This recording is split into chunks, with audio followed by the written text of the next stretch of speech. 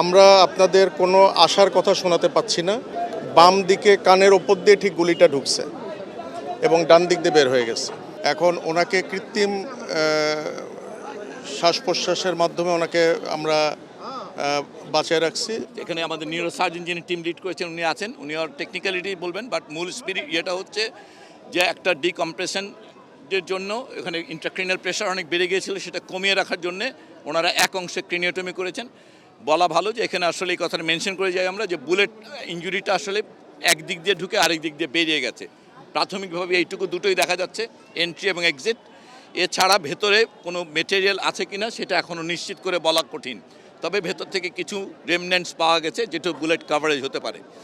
অতএব বুলেট ভেতরে আছে কিনা এটা এখনও নিশ্চিত না।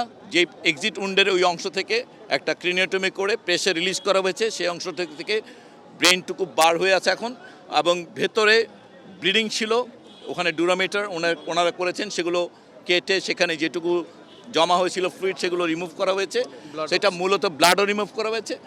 এবং তারপরে মোটামুটিভাবে বলা যেতে পারে যে ব্রেইনে যেই অংশটু প্রেশারটা বেড়ে গিয়েছিলো সেটুকু ম্যানেজ করা হয়েছে, এটা কারণ ড্যামেজ কন্ট্রোলের একটা ব্যাপার।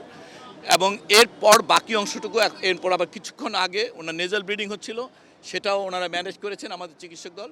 এখন এই মুহূর্তে ওনার হিমোডাইনামিক্যালি উনি উইথ মেডিকেশন স্টেবল আছেন, কিন্তু এটা আমরা বারবারই বলছি যে এটা খুবই কিছুক্ষণ থাকেন, আবার কিছুক্ষণ পরপরই এটা কমে যাচ্ছে বারবার।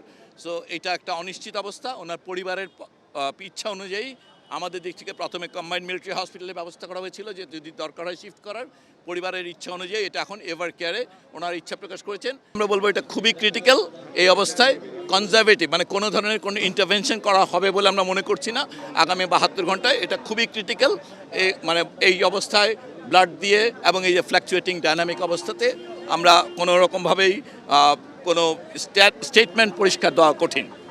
একটা বুলেট কানের ওপর দিয়ে বাম দিক দিয়ে ঢুকে ডান দিকে বের হয়ে গেছে বুলেটটা। তো এটা মানে ম্যাসিভ ব্রেন স্টিম মগজের যে কাণ্ড, সেই কাণ্ডের পাশ দিয়ে বুলেটটা বের হয়ে গেছে, কাণ্ডেরও ইঞ্জুরি হয়েছে। এখন ওনাকে কৃত্রিম শ্বাস প্রশ্বাসের মাধ্যমে ওনাকে আমরা বাঁচিয়ে রাখছি। তবে আসার কথা যেটা, যে সাইন অফ লাইফ যেটা বলে, জীবনের চিহ্ন, এটা ওনার ভেতরে এখনও আছে, এটা নিঃশেষ হয়ে যায় নাই। আমরা আশাবাদী এবং আমি অপারেশনের টোটাল অপারেটিভ প্রসিডিওরের মধ্যে আমাকে অ্যানেস্থেশিয়া যিনি প্রফেসর উনি বারবার আমাকে অ্যাসিওর করছেন যে ওনার নিজস্ব যে ইফোর্ট, একটা মানুষের যে শ্বাস প্রশ্বাসের ইফোর্ট যেটা, ওটা ওনার ছিল। কিন্তু উনি প্রথমেই একবার শকে চলে গেছিলেন, আমাদের পার অপারেটিভ উনি একবার শকে চলে গেছেন। এখন আমরা যখন ওনাকে অ্যাম্বুলেন্সে শিফট করব, এই সময় ওনার নাজোফ্যারেঞ্জিয়াল ব্লিডিং, নাক এবং গলা দিয়ে ব্লিডিং শুরু হয়েছে। তো ওইটা আমরা মোটামুটি ম্যানেজ করছি, ইএনটি সার্জনরা ফাইনালি ওটা ম্যানেজ করার পরে আমরা ব্লাড দিয়ে সেফলি ওনাকে শিফট করব। আমরা আপনাদের কোনো আশার কথা শোনাতে পাচ্ছি না, তবে উনি এখনও বেঁচে আছেন। গুলিটা আসলে কোন দিক দিয়ে লেগে কোন দিক দিয়ে ঢুকে গেছে? বাম দিকে কানের ওপর দিয়ে ঠিক গুলিটা ঢুকছে এবং ডান দিক দিয়ে বের হয়ে গেছে। আর আমরা খুলিটা খুলে রেখে দিচ্ছি বাম দিকে, কারণ বাম দিকে হলো এক্সিট উন্ড, ওখানে মগজ বেশি ক্ষতিগ্রস্ত হয়েছে। ওইদিকে আমরা খুলিটা খুলে রেখে দিচ্ছি, ডুরার যে ম্যানেজমেন্ট সেগুলো করছি, মগজ থেকে পানি বের করে দিয়ে মগজের চাপ কমায় দেওয়ার যে ব্যবস্থা সেগুলো আমরা করছি। আমাদের পক্ষে যতটুকু করা সম্ভব আমরা করছি, কিন্তু বেসিকলি ওনার অবস্থা খুবই ক্রিটিক্যাল।